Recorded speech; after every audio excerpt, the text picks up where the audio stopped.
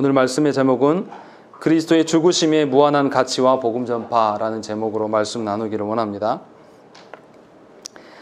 오늘 말씀은 3조, 4조, 5조에 대한 부분들을 이제 함께 묶어서 말씀을 하려고 합니다. 3조는 그리스도의 죽으심의 그 무한한 가치에 대해서 이야기를 하고 있고, 4조는 그 무한한 가치가 있는 그 근거가, 이유가 어디에 있는가, 그리고 5조는 그리스도의 그 죽으심의 가치가 있기 때문에 우리에게 온전한 소망, 유일한 소망은 예수 그리스도 되시고 모든 사람은 그리스도 외에는 구원의 방편이 없다. 그래서 복음 전파가 우리가 합당한 사명이다 라는 것을 이야기를 하고 있습니다. 왜 이 이야기들이 나왔냐면요, 알미니안들이 자꾸만 그리스도께서 그 죽으심의 가치를 훼손하기 때문에 뭔가 그리스도의 죽으심의 그 가치를 약화시키거나 아니면 오해되게 뭔가 주장을 해왔기 때문에 이것에 대해서 해명이 필요했습니다. 알미니안들이 주장하는 것은 뭐냐면, 우리가 계속해서 이야기를 하고 있지만, 그리스도께서 택한 자들을 위하여 죽으심이 아니라 모든 자들을 위하여서 죽으셨다고 주장을 또 해왔습니다. 그래서 예수 그리스도께서 결국에는 모든 이들을 구원하게 될 것들, 뭐 이런 식으로 이제 이야기를 하는 것이고, 또 한 가지 주장은 뭐냐면, 그리스도의 죽으심으로 인하여서 완벽하게 우리가 구원받는다, 이런 개념이 아니라 예수 그리스도의 죽으심은 원래 하나님께서 인간에게 언약을 주셨고 그 언약을 하나님께서 지킬 것이다 라고 생각을 했는데 인간이 못 지킨 거죠. 그래서 예수 그리스도께를 죽게 하심으로 다시 언약을 맺을 수 있게 해줌, 뭐 이런 정도. 아니면은 예수 그리스도께서 다시 언약을 맺게 해주셔서 하나님의 기준을 조금 낮춰주심, 뭐 이런 정도로 이 사람들이 해석을 합니다. 그래서 예수 그리스도의 그 언약에 하신 일은 완벽한 구원에 대한 이야기가 아니라 구원을 위하여서 필요한 일부분 정도, 이런 식으로 이제 예수 그리스도의 죽으심을 약화시키고, 그래서 이제 예수 그리스도의 죽으심으로 우리의 구원이 다 완벽하게 이루어지지 않기 때문에 나머지 부분들은 누가 해야 되는 겁니까? 사람이 해야 되는 것처럼 이렇게 이제 주장을 하고 오해시킨다라는 것이죠. 그래서 한국 교회 안에 이 알미니안적인 신앙생활을 하는 분들이 너무나 많아요. 자기가 무엇을 열심히 하고 자기가 뭘 했기 때문에 뭔가를 이루고 뭔가를 얻어갈 것이다, 이런 방식으로 예수 믿는 분들이 참으로 많다는 것이죠. 그러나 우리 구원에 대해서 인간의 역할이 어떤 것이 있는 것이 절대 아니라는 것이죠. 인간은 하나님께서 구원의 어떠함을 이루시고 우리에게 적용하실 때에 그거에 대한 합당한 반응을 하는 존재로서만 있는 것이지, 우리 구원의 원천과 아무 상관이 없어요. 저와 여러분들의 어떤 신분이라든지, 저와 여러분들의 어떤 능력이라든지, 저와 여러분들의 어떤 우리의 뭐 어떤 의지, 뭐 이런 것이 우리 구원에 아무런 영향을 줄 수가 없다는 것이죠. 결국은 이제 알미니안적인 요소들을 갖게 되면 어떻게 되냐면, 예수 그리스도께서 하신 일이 크긴 크지만 그거 말고 플러스 우리가 해야 될 일이 생기기 때문에 구원에 대해서 어디에 집중하겠습니까? 그리스도께 온전히 집중하는 방식이 아니라 사람의 손에 집중하는 형식이 바뀐다는 거죠. 그러니까 예수를 믿긴 믿어도 절대 그리스도 중심적으로 예수를 믿지 않아요. 알미니안적인 사고를 갖게 되면. 왜냐하면 예수 그리스도께서는 우리가 믿을 수 있는 여건을 마련하신 정도의 어떤 그런 정도의 하나님이시지 궁극적으로 전체를 맡으신 하나님이 아니라는 것이죠. 그래서 이 알미니안적으로 그리스도의 죽으심을 이해하게 되면 그리스도께 의존하는 신자를 만들어내는 것이 아니라 그리스도로부터 자유한 이런 신자가 생겨날 수밖에 없다는 것이죠. 그래서 사람의 손에 무엇인가 구원이 달려있는 것처럼. 그러나 이것에 대해서 우리가 분명히 배격을 해야 됩니다. 왜냐하면 성경에서는 그리스도 아니고서는 구원이 없다라고 말씀을 하고 있고, 또 그리스도 외에 우리 안에 어떤 선한 본질이 있어서 하나님께 설 수 있는 것이 아니라는 것이죠. 그러니까 그리스도께서 하신 이 죽으심의 사역은 우리가 저질러 놓은 어떤 그 범죄함, 이 범죄함으로 일어난 성부 하나님의 진노하심, 이 진노하심을 감당하신 거죠. 그러니까 우리 중에는 어느 누구도 이 진노하심을 감당할 수 없었던 그런 속죄의 사역이라는 것이죠. 그런데 이렇게 말씀을 드리기만 하면 알미니안의 이제 그 주장에 현혹될 수가 있어요. 그렇기 때문에 우리 신앙 선배들 도르트 총회에서 이것에 대해서 반박을 하는데 구구절절 논박하지 않습니다. 아주 간단하게 이야기를 해요. 알미니안들이 말하는 것처럼 그리스도의 그 구속의 사역이 약화시키는 그 주장에 대해서 다른 이야기하지 않고 성경의 구절만 언급을 합니다. 요한복음 14장 6절에 보면 뭐라고 되어 있냐면 예수께서 이르시되 내가 곧 길이요 진리요 생명이니 나로 말미암지 않고는 아버지께로 올 자가 없느니라 라고 되어 있어요. 이것은 예수님께서 도마에게, 의심하고 있는 도마에게 지금 말씀하시는 내용입니다. 그래서 사람이 아무리 자기 스스로 경건하고 아무리 자신이 어떻게 살아왔어 할지라도 그리스도를 자기 구주로 영접하지 아니하면, 인정하지 아니하면 아버지께로 나아갈 수 없다라고 예수님께서 친히 말씀하셨다는 것이죠. 또 사도행전 4장 12절에도 보면 베드로가 다른 이로서는 구원을 받을 수 없나니 천하 사람 중에 구원을 받을 만한 다른 이름을 우리에게 주신 일이 없음이라 하였더라 라고 있는 것이죠. 아주 강력하게 예수 그리스도 외에는 구원이 없다라고 아예 못 받고 있는 것이죠. 그러니까 하나님의 공의를, 하나님 앞에서 범죄함으로 말미암아 하나님의 공의를 만족시킬, 이 하나님의 공의에 근거한 하나님의 진노를 감당해 날 만한 존재는 온 우주 가운데 예수 그리스도 한 분뿐이다 라고 이야기를 하고 있는 것입니다. 그렇기 때문에 저와 여러분들은 우리의 구원에 대해서 이야기할 때 예수 그리스도 외에서 다른 우리의 구원을 이야기할 수가 없다는 것이죠. 그러니까 저와 여러분들이 예수 그리스도의 어떠하심을 말하고 예수 그리스도를 의존하고 살아가는 것 이외에는 우리의 구원의 어떠함을 맛볼 수 있는 어떤 근거나 기회나 이게 아무것도 없는 거예요. 오로지 예수 그리스도 안에서만 우리 구원의 어떠함을 이야기할 수가 있다는 것입니다. 그러니까 저와 여러분들이 분명하게 구원에 대해서 예수 그리스도 외에는 다른 어떤 것도 있을 수 없다라는 것을 분명히 못 박아야 된다는 것입니다. 그러나 우리가 살아가고 있는 이 시대는 유일한 것에 대해서 별로 인정하지 않는 시대입니다. 우리 시대 어떻습니까? 뭔가 우리에게만 진리가 있다 이런 배타성을 띠면 사람들이 어떻게 해요? 환영하고 좋아합니까? 굉장히 싫어하죠. 그래서 우리 시대의 가치관이라는 거, 우리의 시대의 정신은 어떤 거냐면 서로를 인정해 주는 거예요. 그 사람에게 진리가 있든 없든 상관없어요. 진리가 중요한 게 아니고 그냥 서로를 다 인정해 주는 이런 시대인 거죠. 그래서 어떻게 합니까? 우리 시대 가운데 유일한 절대 진리를 추구하는 사람들을 배척합니다. 아주 싫어하고 모든 것들을 다 포용해 주고 관용해 주는 것이 우리 시대의 시대 정신입니다. 그리고 그 시대 가운데 저와 여러분들이 살아간다는 것이죠. 그래서 이 시대 가운데 우리가 절대 진리, 절대자 하나님에 대한 이야기를 하지 못하게 만드는 것이, 우리는 그런 속에서 살아가는 것이죠. 심지어 그리스도인들끼리도 무슨 이야기 합니까? 자녀를 양육함에 있어서 여러 가지 방편이 있는 것처럼 이야기를 해요. 그러나 그런 거 없습니다. 하나님께서 명하신 방편 외에는 사실은 없어요. 우리들의 착각이고 우리의 그 어리석음 때문에 자녀를 가지고 그냥 시행착오하는 것뿐이지 실제로 하나님께서 말씀하시는 방편은 확실해요. 유일하게 말씀하고 계시기 때문에 예수 그리스도를 떠나서는 우리가 아무것도 생각할 수가 없다는 것입니다. 그런 점에 있어서 분명히 그리스도의 그 죽으심의 의미를 우리가 살펴야 된다는 것이죠. 우리의 신앙 선배들은 그래서 뭐라 그러냐면 거기 3조 보시면 3조 한번 읽어보시겠습니다. 이 하나님의 아들 거기 있겠습니다. 시작.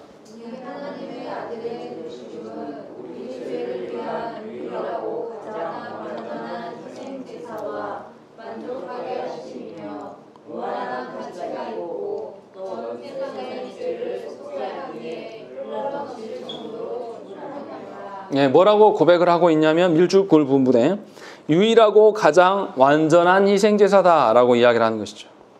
그러니까 예수 그리스도의 죽으심이 우리 구원에서 유일하고 이거밖에 없고 가장 완전한 희생이다라고 이야기하는 것이죠. 유일하다라는 것은 뭡니까? 예수님 이후에 또 다른 어떤 구원의 방편을 주시겠다는 거예요? 안 주시겠다는 겁니까? 안 주시겠다는 거예요. 최종적이라는 뜻이죠. 예수 그리스도면 완성이야, 끝. 더 이상 없는 거다라고. 그러니까 아르미니안들이 말하는 것처럼 예수 그리스도께서 이루신 구원에다가 우리의 노력과 우리의 어떤 의지들을 감안한 구원을 말하지 않는다는 것이죠. 분명하게 예수 그리스도께서 최종적이다. 또 다른 말로 이야기하면 예수 그리스도의 죽으심을 다른 것으로 대체할 수 있다 없다? 없다라는 것이죠. 완전한 유일한 것이고 불가대체한 대체가 불가능한 어떤 것이다 라고 이야기를 하는 것이죠. 도리어 예수님께서 구약의 불완전한 그 제사를 완전한 제사로 바꿔주심, 대체해 주심의 의미다라고 분명하게 말씀하고 있는 것입니다. 그러니까 그리스도 외에 다른 어떤 것을 우리가 추가할 수가 없어요. 구원에 대해서 예수 그리스도 외에 다른 것을 추가하는 것은 미련한 방식입니다. 그러니까 우리가 예수 믿으면서 그런 혼란들을 갖죠. 전도하러 나가보면 뭐라고 합니까? 고생하신다고, 좋은 말씀 해주셔서 감사하다고, 고맙다고. 그런데 자기가 교회를 나가려다 보니까 헌금이 필요하고, 교회를 나가려다 보니까 사람들이 어떻다 하고, 이런 것은 다 뭐 하는 겁니까? 예수 그리스도 안 믿고 싶은 거예요. 그냥 필요 없는 거예요. 다른 이야기가. 구원의 유일한 길은 그것밖에 없어요. 예를 들어서 구원의 유일한 길이 그것밖에 없으면 그 길로 가는 와중에 장애물이라든가 어려움이 있어도 우리 어떻게 하죠? 뚫고 가겠죠. 예를 들어서 전쟁이 났어요. 전쟁이 나서 지금 영산포에만 우리 지금 전쟁을 탈출한 배가 있다고 생각을 해보세요. 그럼 저 여러분도 어떻게 하겠습니까? 가는 도중에 어떻게든지 시간 안에 거기에 당도하려고 장애물이 있든지 없든지 우리 자녀라도 태워 보내려고 들쳐업고 막 뛸 거예요. 아무리 멀어도. 그것이 구원에 대한 어떠한 우리의 태도여야 된다는 것이죠. 그런데 놀라운 것은 분명히 우리의 신앙 선배들이 예수 그리스도의 죽음이 유일하고 가장 완전한 것이고 어떤 것으로 대체할 수 없는 것이다 라고 추가할 수 없다 라고 이야기를 하고 있으나 많은 그리스도인들이 신앙생활을 해나가는 양태를 볼 때는 그리스도 아닌 것으로 고민해요. 정말 그리스도로 고민하면 정말 좋겠어요. 그런데 그리스도 아닌 것으로 늘 고민하고 그걸로 인하여서 근심합니다. 사실 쓸데없는 근심인 거죠. 우리 자녀들이 미안하지만 사춘기가 이제 다인이랑 재영이는 사춘기 지났겠지. 근데 저때 고민해야 되는 게 아예 필요 없다라고 말하기는 그렇지만 사실은 의미 없는 그 고민들을 할 때가 참 많습니다. 저런 고민에 대한 어떤 시행착오가 필요한 것도 분명히 있습니다. 인간인지라. 그러나 분명하게 고민할 것들을 고민할 수 있도록 도와야 돼요. 사실 그게 필요한 나이입니다. 그게 이제 부모가 해야 될 역할이고 또 우리가 도와야 될 역할이라는 것이죠. 그런 것처럼 분명히 하나님 앞에서 우리 구원의 어떠함과 신앙생활의 어떠함을 이야기할 때 예수 그리스도를 뺀 나머지에 대한 고민들에 대해서 한번 우리가 생각을 해봐야 돼요. 나의 어떤 사회적 신분이나 또 내가 교회에 출석한 연차나 또 우리 집안이 몇 대 믿어왔다 이런 것들이 내가 받아야 될 성부 하나님의 그 진노를 막아줄 수 있고 그 진노를 감당할 수 있는 것인가 한번 생각을 해보셔야 한다는 것이죠. 그런 거 없이 하나님의 공의를 만족시킬 수 있는 것은 아무것도 없다는 거죠. 오직 예수 그리스도밖에 없는 거죠. 또 다른 면으로 이야기하면 예수 그리스도께서 죽고 부활하신 사건, 그 사역은 이미 2000여 년 전에 이미 다 완수하셨어요. 그러니까 다시 반복하실 필요가 없는 것입니다. 히브리서 10장 12절 오늘 읽은 말씀 그냥 읽어보시죠. 12절 말씀 읽겠습니다. 시작.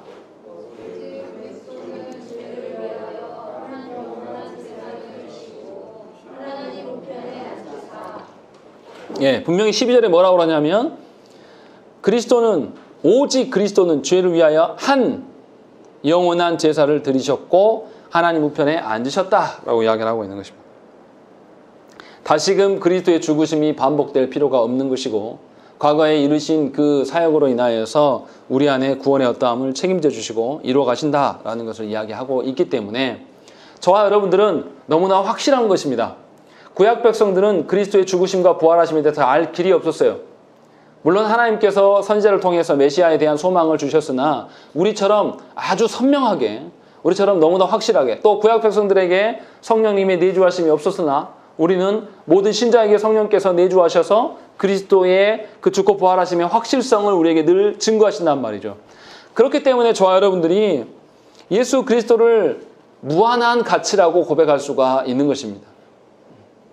이미 이루셨고 그 이루심이 우리의 궁극적인 구원의 어떠한 것이기 때문에 다시는 예수 그리스도의 죽고 부활하심 이후에 또 다른 어떠한 것이 필요치 않아요. 영원히 그 방식으로 구원에 대한 이야기를 할 거란 말이죠. 그렇기 때문에 예수 그리스도의 그 죽으심은 어떤 몇 사람을 위한 죽으심만이 아니라 온 우주의 모든 죄 지은 모든 것들을 감당하고도 남음이 있는 어떤 그런 죽으심이라는 거죠. 왜냐하면 다른 것이 없어요. 예수 그리스도의 죽으심 이외에 구원에 대해서 다른 방편은 없습니다. 딱 확고부동하게 예수 그리스도의 죽으심만이 우리 구원의 유일한 것이다. 최종적인 것이고 궁극적인 것이다. 라고 성경은 고백하고 있기 때문에 우리는 예수 그리스도의 그 죽으심의 가치에 대해서 의심을 품으면 곤란하다는 것이죠. 아침에 소요리 민답할 때도 말씀드렸으나 나의 어떠함을 두고 나의 죄됨과 나의 어떤 살아온 그 족적들을 바라보니까 너무나 이게 신자답지가 못하다는 것이죠. 그것을 근거로 말미암아서 우리의 구원의 어떠함을 보지 말라라는 거예요. 뭘 보시라는 거죠? 예수 그리스도께서 우리를 위하여서 죽으심, 그 죽으심의 가치가 얼만큼 큰 것인가를 조금이라도 인식한다라면 나의 어떠함에 빠져가지고 그 오류 속에서 허우적대질 리는 없다는 것입니다. 분명하게 삼위 하나님께서 나에게 어떻게 하셨는가를 근거로 내 구원의 확실성을 보게 되는 거예요. 나를 바라보면 어떻습니까? 나의 과거와 나의 살아온 족적들을 바라보면 이거는 구원받기 힘들어요. 틀렸어요, 이미. 내 자신을 바라보면. 그런 방식으로 하나님께서 우리 구원을 이야기하고 계시지 않는다는 것이죠. 그러니까 저와 여러분들이 분명히 그리스도께서 그 죽으심의 의미와 가치를 좀 더 상고해 보셔야 됩니다. 좀 더 깊이 생각을 해 보셔야 된다는 거죠. 그렇게 막 내가 받을 하나님의 진노가 이만큼인데 이것보다 조금 더한 정도, 내 거 말고 다른 거 누구 거 정말 살인자 거 합치면 예수님이 못 감당할 만 그런 게 아니라는 것이죠. 우리가 생각하는 것 이상으로 크고 높으신 하나님이에요. 제가 다른 표현력이 제가 부족해서 설명하기 어려운데요. 하나님의 그 크고 높으심은 설명이 안 됩니다. 너무 크고 높으시기 때문에 그것에 대해서 우리가 조금 더 여러분들이 생각을 해보셔야 돼요. 그냥 전에도 말씀드렸지만 개미와 코끼리가 만나는데 개미가 코끼리의 존재를 바라보면서 야, 이거 너무 크다. 그 정도의 너무 크다보다 훨씬 더 큰 간극이죠. 사람과 하나님과의 간극은. 예수 그리스도의 죽으심도 그렇게 바라보셔야 한다는 것이죠. 분명하게 그리스도의 그 죽으심의 가치가 무한하기 때문에 우리는 거기에서 소망을 두고 살아간다는 것이죠. 다시 말하면 예수 그리스도의 그 죽으심의 가치를 알면 우리에게 가장 큰 위로가 되는 것입니다. 내가 현재적으로 어떤 상태에 있고 내가 과거에 어떻게 살아왔고 이런 거 안 중요해요. 예수 그리스도께서 하신 그 죽으심의 사역이 나의 모든 죄값을 다 지불하셨기 때문에 나는 그리스도 안에 있을 때에 하나님의 자녀일 수 있다라는 것이죠. 그러니까 얼마나 큰 위로입니까? 여러분들이 감당해야 될 모든 죄악들을 주께서 다 해결하셨기 때문에 거기 안에서 안정감을 찾는 거예요. 나의 어떠함에서 안정감을 찾는 게 아니라 세상은 반대로 이야기하죠. 우리 시대의 세상은 뭡니까? 네 자신의 가치를 네가 스스로 찾아가라. 그래서 너다움을 네가 발견할 때 그것이 가장 너의 행복이고 너다운 것이다 라고 이야기를 하지만 성경은 반대로 이야기해요. 네 자신 안에서 구할 수 있는 거 아무것도 없다. 삼위 하나님, 예수 그리스도의 그 죽으심 안에서 하나님의 어떠함을 발견하기를 소망하고 그것이 신자의 위로와 복이다 라고 분명하게 이야기하고 있다는 것이죠. 그렇기 때문에 도르트 신조에서는 그리스도의 그 죽으심이 무한한 가치를 갖는 것이다 라고 이야기를 합니다. 그리고 그 근거를 두 가지를 이야기합니다. 이게 사조에 대한 내용인데요.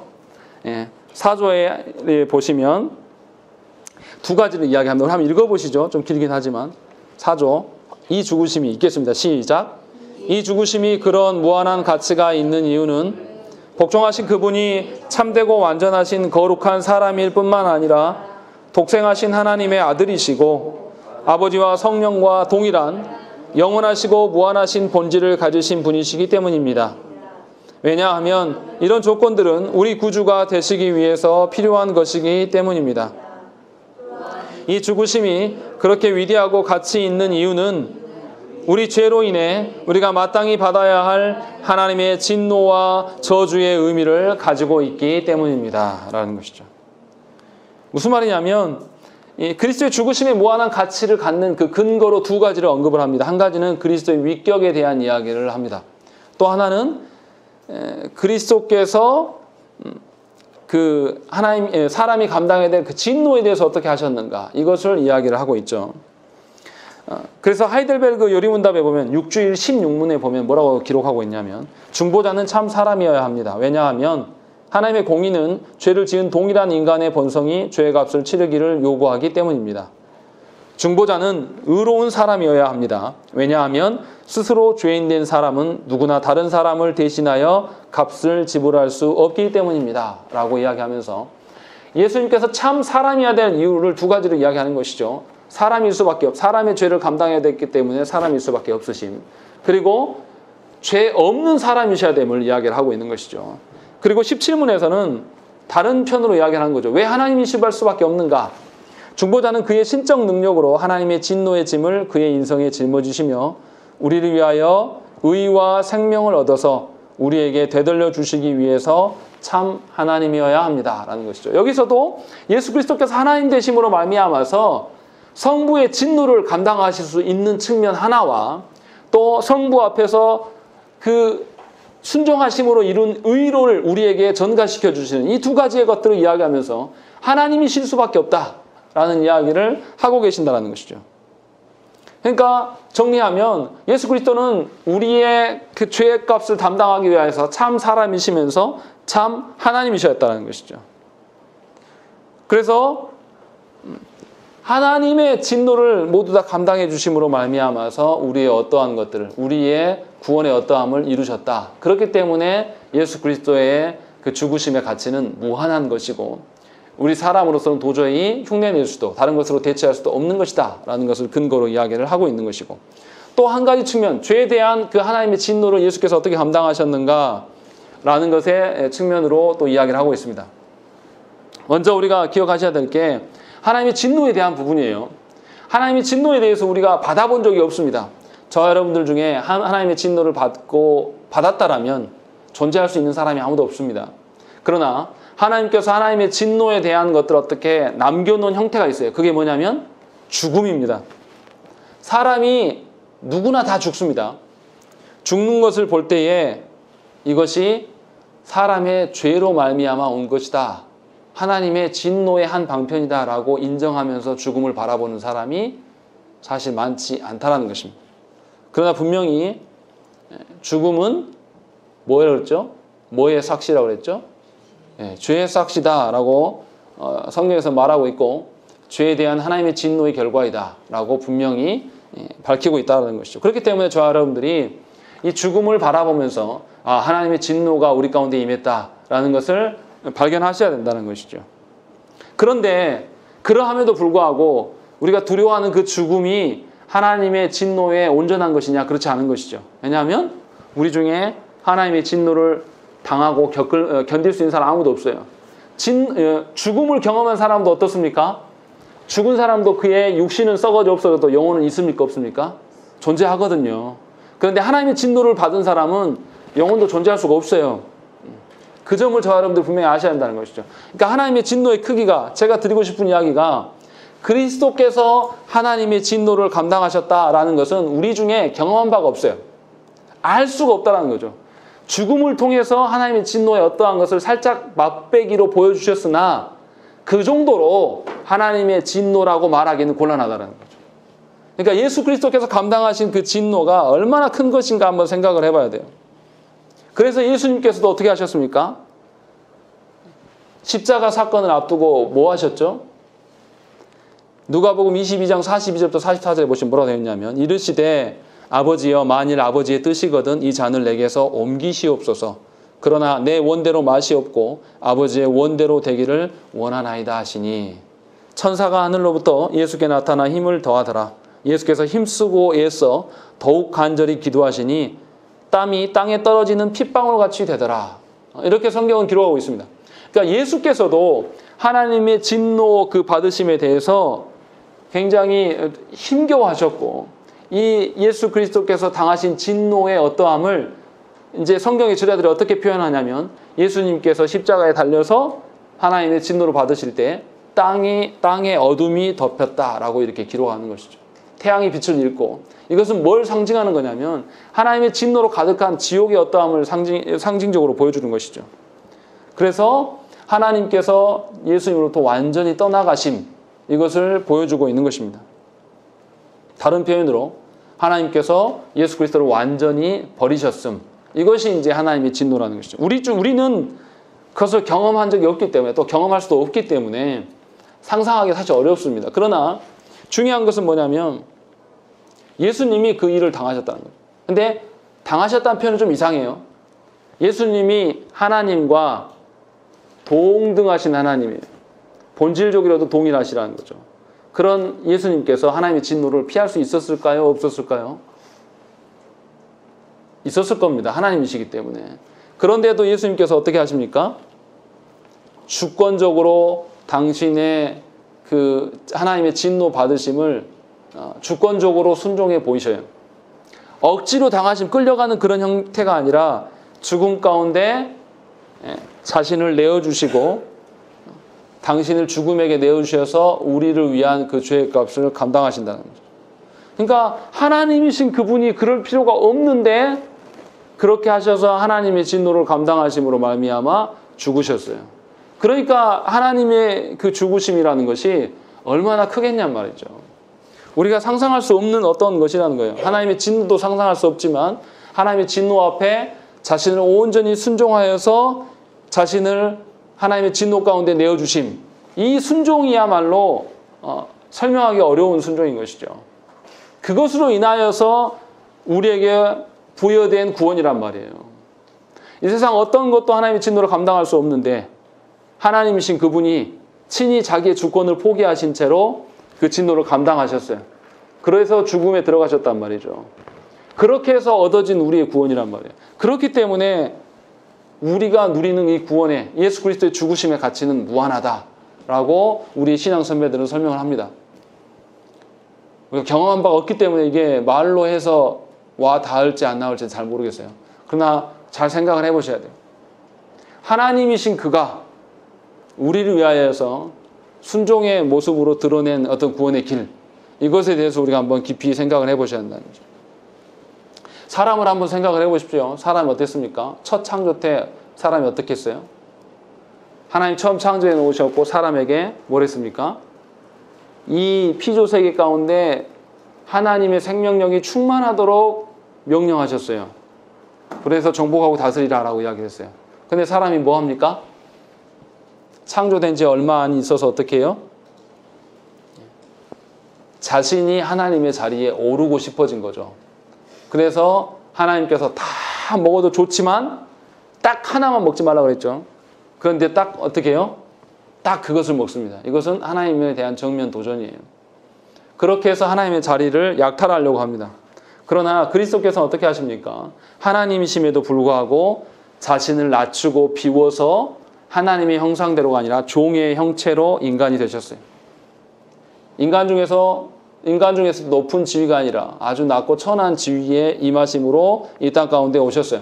그것뿐만 아니라 하나님의 공의를, 우리가 받아야 될 그 하나님의 공의로운 진노를 스스로 감당해 나가셨단 말이죠. 원래 종의 형체는 우리 인간이어야 됩니다. 하나님께서 아담을 그렇게 만들어 놓으셨고 그렇게 명하셨기 때문에 그랬어야 돼요. 그런데 우리는 그렇게 하지 않았다라는 것이고, 그것을 예수 그리스도께서 다 이루심으로 말미암아서 우리 가운데 구원의 길을 열어놓으셨어요. 그러니까 저와 여러분들이 뭐 해야 되겠습니까? 아담의 후손인 우리 모두는 아담으로 말미암아 전부 죽어요. 다 죽어야 돼요. 그런데 살 길이 열렸어요. 그럼 어떻게 하겠습니까? 생각을 해보세요. 전에도 한번 말씀드린 적이 있는데 아브라함이 이스라엘 백성을 출애굽시켜가지고 광야로 끌고 나갔는데 이스라엘 백성이 이제 하나님께 불평불만하다가 그 뱀에 물리잖아요. 불뱀에 물렸을 때 하나님 어떻게 하십니까? 이 아브라함에게 어떻게 하라고 그러죠? 노뱀을 만들어서 들고 다니면 그 본 사람 다 살게 해주겠다 하나님이 하셨단 말이에요. 전부 다 지금 뱀에 물려가지고 곧 죽어요. 다 독이 퍼지면 죽는단 말이에요. 근데 사람이 몇 명입니까? 사람이 대략 몇 명 정도 추정해요? 남자만 60만이 출애굽했다고 그랬어요. 그럼 아이들, 노인들 다 합치면은 뭐 한 200~300만 된단 말이죠. 200~300만 명 여러분들 이 군중 앞에 서 있었다고 생각을 해보세요. 얼마나 넓은 영역이 있을까요? 그럼 모세가 이 노뱀 백성들한테 보여줘서 할 거 아닙니까? 그럼 어떻게 했어요? 모세가 딱 노뱀 쳐들고 여기 보세요 이렇게 해서 다 살았을까요?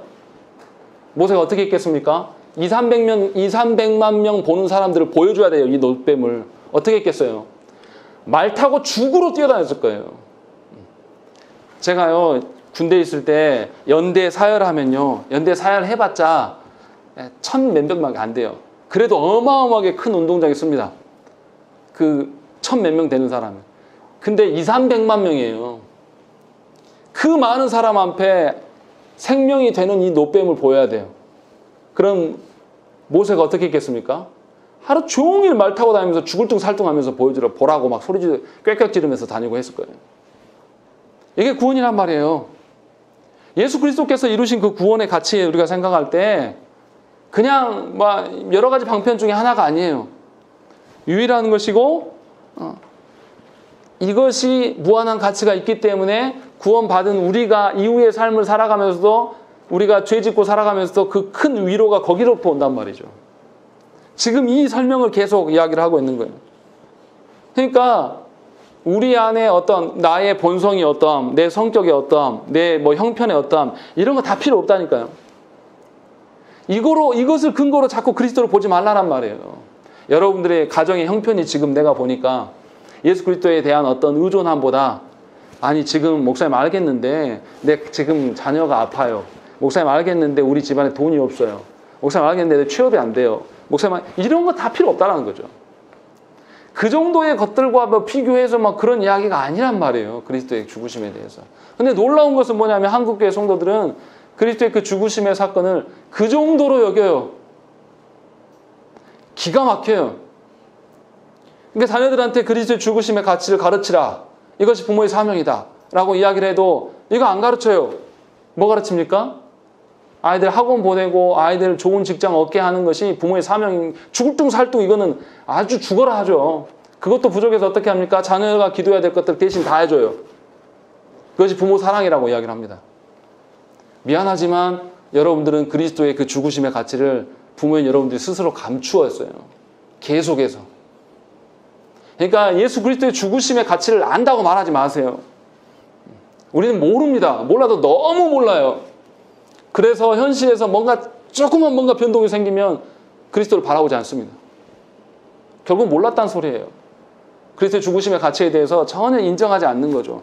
이런 거 똑같다니까요. 우리 교회 소집사님 내가 이사를 갔어요. 그럼 우리 마음이 불안해요. 그럼 예수 그리스도의 죽으심에 대해서 모르는 겁니다.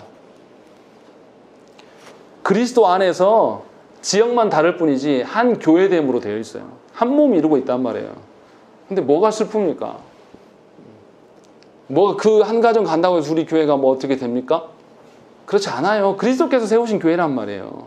당신의 죽고 부활하심으로 말미암아서 그 가치를 알면 우리가 그리스도를 의존하게 돼 있어요. 저절로 그냥. 제가 목사님 제가 여러분들한테 의존하세요. 의존하셔야 됩니다. 또 아파 있는 분한테 가가지고 주님께 의탁하십시오. 이 말이 이상하게 들리는 말이 아니라 너무나 정상적인 말이어야 돼요. 그런데 어떤 한 예화를 들면 어떤 집사님 자녀가 있었는데 이 자녀가 틱 장애가 있었어요. 틱 장애. 얼마나 틱 장애가 심하냐면 학교를 못 보냅니다. 그러니까 엄마 된 입장에서는 속이 타들어가죠. 그 나이 때 학교를 보내야 되는데. 근데 틱 장애가 심해지니까 못 보내요. 그래서 그것 때문에 신음하고 있어요. 그러니까 그 담임 목사님 와가지고 신방을 하는데 뭐라 그러냐면 이 아이의 죄의 문제가 있고 그 죄의 문제를 그리스도께서 해결하신다. 이런 메시지를 주고 가니까 엄마가 어떻게 해요? 아멘하고 받았을 것 같습니까? 여러분들 그렇게 하면 받으실 것 같아요? 엄마가 이제 속이 타서 팔짝팔짝 뛰는 거예요. 아니 지금 우리 아이가 틱장애가 돼서 아픈데 왜 제 이야기만 하다 가냐? 이게 우리의 현실입니다. 저와 여러분들이 얼마나 그리스도의 그 죽으심의 가치를 무시하는지 잘 생각을 해보셔야 돼요. 그러면 우리도 똑같이 알미니안과 똑같은 자들이에요. 분명히 이거 깊이 생각하셔야 됩니다. 그렇지 않으면 머리로 아무리 이 종이 써가지고 그리스도께서 우리의 유일하고 완전하고 궁극적인 어떤 희생제사를 이루셨다 이런 이야기를 해봤자 아무 필요 없어요. 어차피 여러분의 삶에 조금 문제가 생기면은 어차피 그리스도 떠날 거거든요. 그것은 그리스도의 죽으심의 가치를 알고 인정하는 것이 절대 아닙니다. 그 정도의 어떠함이 아니라는 것이죠. 분명히 우리가 그리스도의 죽으심의 가치를 바르게 알고 그것을 인정할 때에 뭐 하게 되냐면 그리스도의 가치를 전하게 되어 있는 거예요. 전도 방편을 알아서 전도하는 사람이 누가 있습니까? 전도의 방법론이 중요한 게 아니라 그리스도의 죽으심의 가치를 알면 전하지 말라고 해도 전합니다. 전에도 한번 말씀드렸는데 저희 집안에 처음 복음을 가져오신 분이 남편한테 버림받고 눈도 골아서 홀로 살았던 저희 고모 할머니예요. 먹고 살아야 되니까 행상하면서 살았단 말이에요.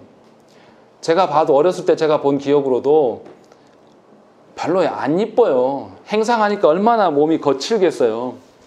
또 그리고 얼마나 사람들한테 무시받고 살겠습니까? 남편한테 소방 맞은 여잔데. 근데 복음에 대해서 아주 당당하셨어요. 왜 그럽니까? 그리스도의 죽으심의 가치를 너무나 잘 본인이 체험하고 알고 누리고 있기 때문에 본인이 행상하면서도 계속 복음을 전하면서 살았어요. 너무나 당당하게 살다가 하나님 부름을 받고 가셨죠. 그러니까 지금 저와 여러분들이 오늘 말씀에서 기억하셔야 될 게 뭐냐면 정말 왜 내 입에서는 복음이 나오지 않는가? 왜 나의 삶에서는 복음을 증거하는 삶이 드러나지 않는가는 결국 우리가 그리스도의 가치와 그리스도의 그 죽으심의 가치를 어떻게 여기고 있는가가 증명하는 것이에요. 알미니안들은 우리 장로교에 대해서 이렇게 공격했습니다. 하나님께서 택한 자들만 구원하신다고? 그러면 전도할 필요 없겠네. 하나님 택한 자들은 다 구원 받을 거니까. 이렇게 이야기를 했어요. 그런데 도리어 그리스도의 죽으심의 가치를 아는 성도라면 택한 자가 누구인지 말든지 상관이 없는 거예요. 몰라요, 우리는 누가 택한지 아는지. 그러나 그리스도의 그 가치가 너무 크기 때문에 자랑하고 다닐 수밖에 없는 거예요. 복음을 도리어 전할 수밖에 없는 것이죠. 그러니까 저와 여러분들이 우리의 삶에서 예수 그리스도의 어떠함을 전하지 않는다는 것은 우리가 그것을 진실로 인정하지 못하고 있다는 것이에요. 내가 복음적인 것. 아니, 하나님께서 나에게 위탁 계신 내 자녀에게도 복음 증거 못하는데 우리가 무슨 그리스도의 죽으심의 가치를 인정하고 예수 그리스도의 어떠함에 의존하면서 살아가는 자입니까? 그럴 수 없다라는 것이에요. 그래서 우리가 기도해야 될 게 뭡니까? 예수 그리스도께 저와 여러분들에게 예수 그리스도가 어떤 존재인가에 대해서 정말 식음을 전폐하고서라도 기도하셔야 돼요. 이게 너무 중요한 문제입니다. 이것이 교회의 본질이 돼야 돼요. 이거의 성도의 본질이 돼야 된다는 것이죠. 그렇지 아니하면 우리는 하나님의 자녀일 수도 없고 하나님과 무관한 자가 되는 것이죠. 오히려 우리가 어떻게 합니까? 복음 전도에 대해서, 복음 전파에 대해서 이야기하면 우리는 뭐만 생각합니까? 열매가 있고 없는가만 생각해요. 미안하지만, 다시 말씀드리지만 하나님의 자녀는 하나님이 택한 자들만이에요. 누가 택했는지 누가 택함을 받지 않았는지 우리는 몰라요. 다시 그것을 설명하면 우리가 복음을 제시해도 그 복음 앞에 열매가 있고 없고의 주권은 누구한테 있다는 것이죠? 하나님께 있는 거예요. 그러니까 복음 전파자들인 신자인 우리가 복음에 대한 열매가 있네 없네 이야기할 필요가 없는 거예요. 우리 주권이 아니에요. 그냥 우리가 믿고 따르는 예수 그리스도의 어떠함 이것을 증거하는 거예요. 그것으로 족합니다. 우리 할 게. 왜 그렇습니까? 예수님께서 분명히 우리에게 복음을 증거하라고 확실하게 말씀하셨어요. 예수께서 승천하시면서 또 마태복음 28장에서도 이야기를 하시고 사도행전 1장에서도 분명하게 승천하시면서 복음 증거해서 제자 삼아서 그 복음의 도를 가르쳐 지키게 하라라고 분명히 명령하시면서 우리에게 떠나가셨다면. 그러니까 저와 여러분들이 예수 그리스도를 믿는 자라면 복음 증거하는 것은 그냥 당연한 거지. 특정한 어떤 권사나 어떤 집사가 전도 잘해. 그 사람 몫이야. 이게 아니에요. 복음 증거는 목사가 하는 거야. 이게 아니에요. 모든 신자라면, 예수 그리스도의 죽으심의 가치를 아는 자라면 누구나 하는 것입니다. 그것이 우리가 예수 그리스도의 죽으심을 어떻게 인정하는가에 대한 부분이라는 것이죠. 여기서 또 아르미니안에 대해서 하나만 더 말씀드리면, 한국에서 흔히 쓰는 말, 예수님은 당신을 사랑합니다. 이 말 많이 들어보셨죠? 고속도로 옆에 가면은 고려운단에서 만들어 놓은 거 있잖아요. Jesus loves you. 이렇게 된 거예요. 이 말은 틀린 말입니다. 왜 틀렸습니까? 예수 그리스도의 죽으심의 가치를 아는 사람만이 예수께서 우리를 사랑하심을 알 수 있어요. 한국 교회가 그 의미를 모르고 아무나에게 예수님이 널 사랑해 라고만 이야기를 해왔기 때문에 가치를 몰라요. 그리고 기존의 성도들도 예수 그리스도의 죽으심의 가치를 모른 채로 사랑만 막 남발한 거죠. 그러니까 어떻게 됩니까? 하나님의 공의는 없어지고 하나님의 사랑만 남는, 그래서 하나님 앞에 마음대로 행하고 하나님 사랑만 이야기하는 그런 교회 형태가 되었다는 거예요. 그러나 분명하게 예수 그리스도로 말미암아 한 형제들 된 우리들 안에서 예수님은 당신을 사랑합니다. 이 말은 통용될 수가 있어요. 그러나 하나님의 사랑을 알지 못하는, 예수 그리스도 죽으심의 가치를 모르는 사람에게는 이 말은 좀 생각을 해봐야 될 말이에요. 제가 무슨 말씀 드리려고 이야기를 하는 거냐면, 정말 여러분들이 그리스도의 죽으심의 가치를 알기를 소망하고 누리기를 소망하는지를 점검하시라는 거예요. 그것이 신자됨의 본질이고, 그 문제가 해결돼야 나머지 우리 가정의 구원이나 또 이웃들의 어떠함, 이런 것이 나머지 그 다음이에요. 이것에 대한 내 스스로가 예수 그리스도의 죽으심의 가치를 인정하지 않으면서 다른 어떠한 것을 이야기한다는 것은 모순입니다. 그래서 저와 여러분들의 기도 제목이, 저와 여러분들이 하나님께 구해야 될 제목이 무엇인지 너무나 선명해져야 됩니다. 평생을 살아가면서 주님의 죽으심의 그 의미를 더 깊이, 그래야 해서 내가 이제는 세상의 다른 곳에서 어떤 내 중심을 딱 두고 사는 게 아니라 예수 그리스도의 그 죽으신 십자가에 내 중심을 놓고 거기에서 머물면서 하나님 부르심을 기다리는 자가 되어야 됩니다. 그것이 신자됨의 가장 근본이고 신자됨의 가장 큰 능력이고 복이며 소망입니다. 우리 함께 기도하시겠습니다.